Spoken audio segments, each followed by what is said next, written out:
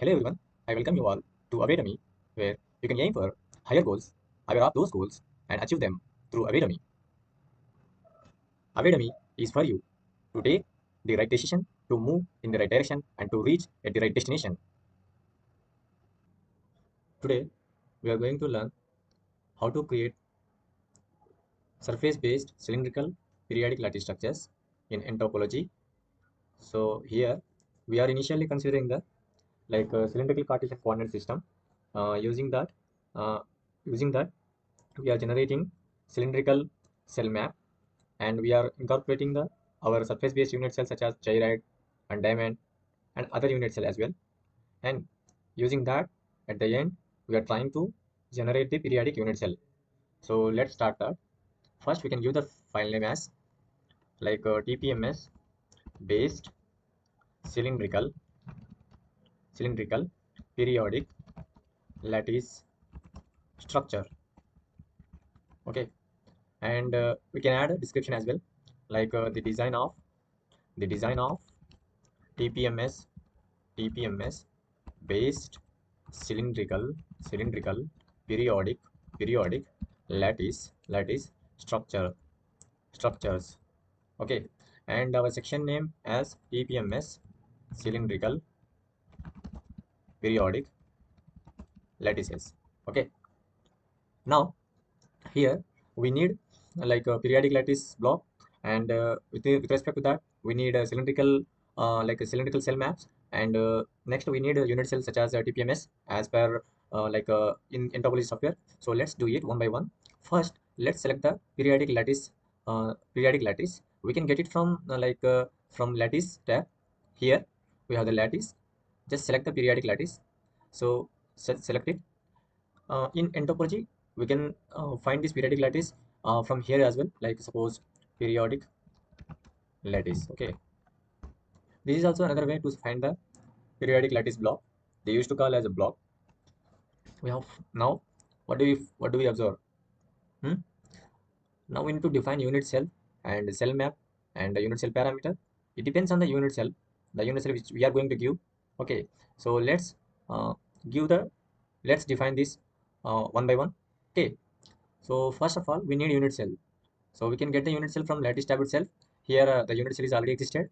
So let's click it. Now in today's lecture we are going to design TPMS unit cells. So there are various type of TPMS unit cells. So especially in today's lecture we are only focusing on the TPMS unit cell with offset. Okay. So for that we require only one geometrical parameter. So let's select this. And what do we observe? Here again, there is a need of defining two geometrical parameters. They are the type of unit cell we are going to use and the orientation of the respective unit cell. So let's select the type of unit cells. In nTopology, by default there are 6 type of TPMS unit cells, and we can use any one of them. So for time being, we are considering the gyroid unit cell. So this is our unit cell of the gyroid. So what do we observe? This is the isometric view. We can also see from here also.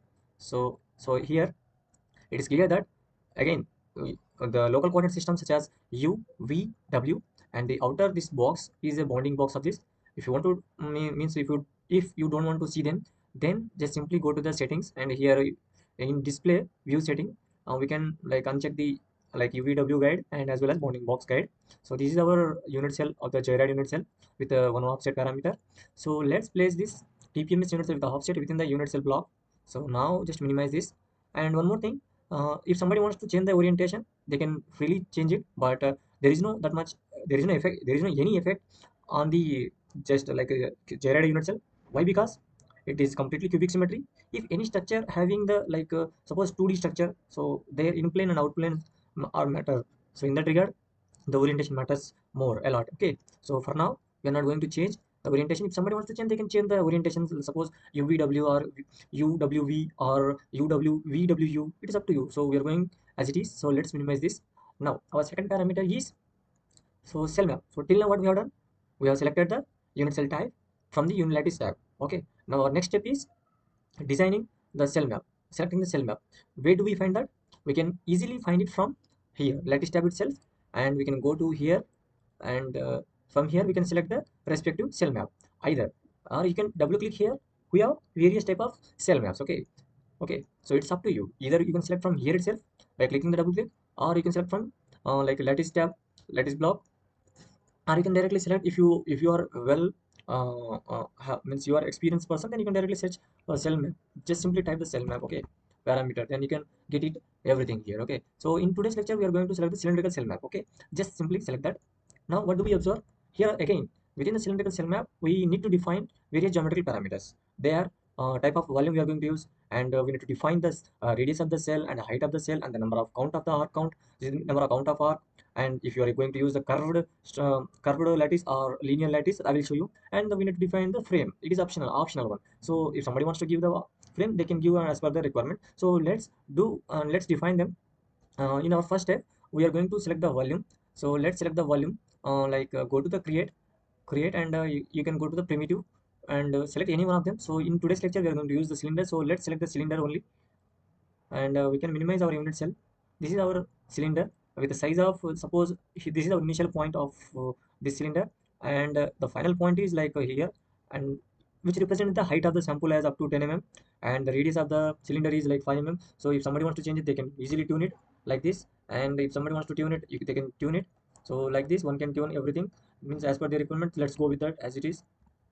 Now this is our cylinder and this is our volume. So let's place this volume within the cylindrical cell map. Now we have to define the cell radius. So as per the given volume of the cylindrical cell map, let's define the cell radius as suppose 1 mm, and cell height as suppose 2 mm, and number of arc count we can give 3. So let's see. So we have generated the cylindrical cell map. So this is our cylindrical cell map. So if somebody wants to check the number of arc count, so this is all about one arc count and second arc count, and this is our third arc count. Okay, and now our cell radius such as 1 2 3 4 5. Okay, total 6 are there. It is because of there is some mismatch in the nTopology software. So still we can generate the cylindrical cell map. Now we'll just place this within the cell map only. And now we have defined the second parameter as well. So let's, as I said, that the third parameter such as unit cell parameter, now its name is automatically changed. Why? Because we have used the TPMS unit cell, and it has a one parameter that is mid surface offset parameter, so one can use it. So now let's give that value as a 0.25 mm, and wait for some time. Yes, so finally we have generated the TPMS unit cell, and it looks that it is it has more densified. So it has higher relative density and lower porosity. So if somebody wants to increase the porosity and decrease the relative density, they can simply tune the parameter of this mid surface thickness. Yeah, so slowly it is so this is how one can tune the relative density of the respective lattice structure of gyroid lattice structure. See, one can clearly observe this. This is our gyroid lattice structure of cylindrical one, and the two, this is periodic one. Now if somebody wants to check its cross section view, they can check it by using this. So see how beautiful it is, isn't it? So this is how one can generate the gyroid unit cell.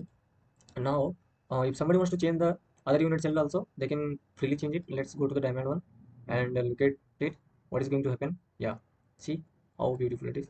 So I hope you are able to see this now. So now we can, yeah, this is the cross section view and cut section view of the diamond cylindrical periodic lattice. So this is how we can able to generate any type of TPMS lattices using cylindrical cell map and periodic lattice structures.